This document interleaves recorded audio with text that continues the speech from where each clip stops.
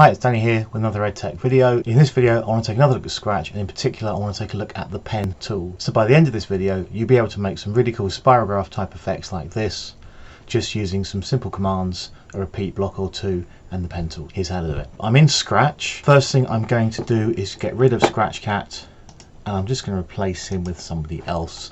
Let's go into animals, and I want to replace him with my ladybug. Here we go. So my ladybug is there. I'm going to put the ladybug in the center of the screen. And then the really important thing you need to do first of all is to get hold of the pen tools. They're not on here by default. You can see we haven't got the pen tools here. So very bottom left hand corner of the screen, click on that square icon there, and we're going to click on pen, and that will place the pen tools down here, these green blocks, and that's the pen tools that we're going to use. So the first thing is we want the ladybug to be able to draw, so we need to think about that the pen can be in an up state or the down state.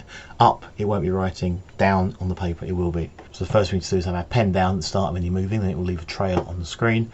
I'm going to click on the motion blocks. So if we want to just draw a straight line, we're going to have move 10 steps. We want to make that to be when the flag is clicked, events, when the flag is clicked, pen down, move 10 steps. If we do that, there we go. 10 steps isn't very impressive, so let's maybe make that 50. And again, flag is clicked, and you can see he's leaving a line. What I'm also going to do here is I'm going to have an erase all block and a go to 0, 0. This is going to be my sort of panic button, my sort of reset button. Probably want to have pen up for that. And I want that to happen when I press the space key. So my space key is going to be, if I get this wrong and my ladybug goes off the screen or I've got too many lines, hit the space bar and it will reset everything. So that's just going to stay down in the corner as my little panic reset button. So when the space key is pressed, pen up, erase everything and move to 0, 0. Let's just start by drawing a square. So he's going to move 50 steps.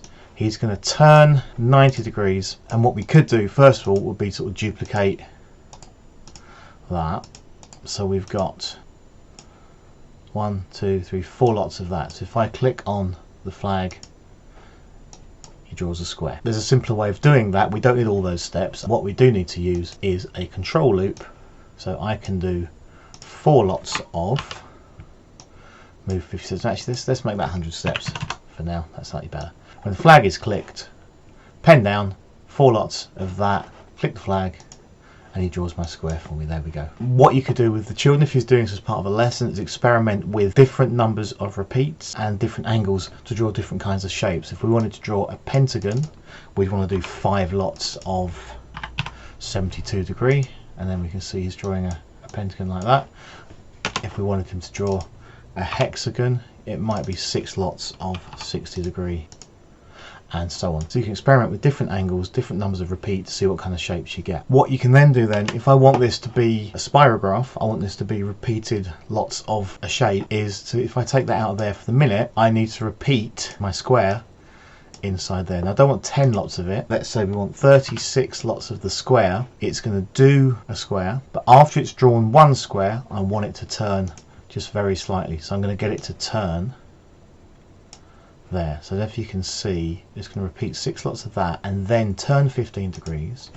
Let's make that 10 degrees. 36 lots of 10 degrees should be a complete loop.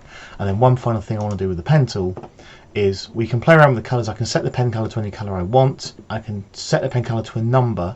What's kind of cool is if I change the pen colour by 10, this one here, what it's going to do is it will draw a square in one colour, change it by 10, so that means it just changes the shade a little bit, and every time it draws another loop it'll change the colours. Let's make that 75, make that slightly smaller. So I'm going to click the flag now,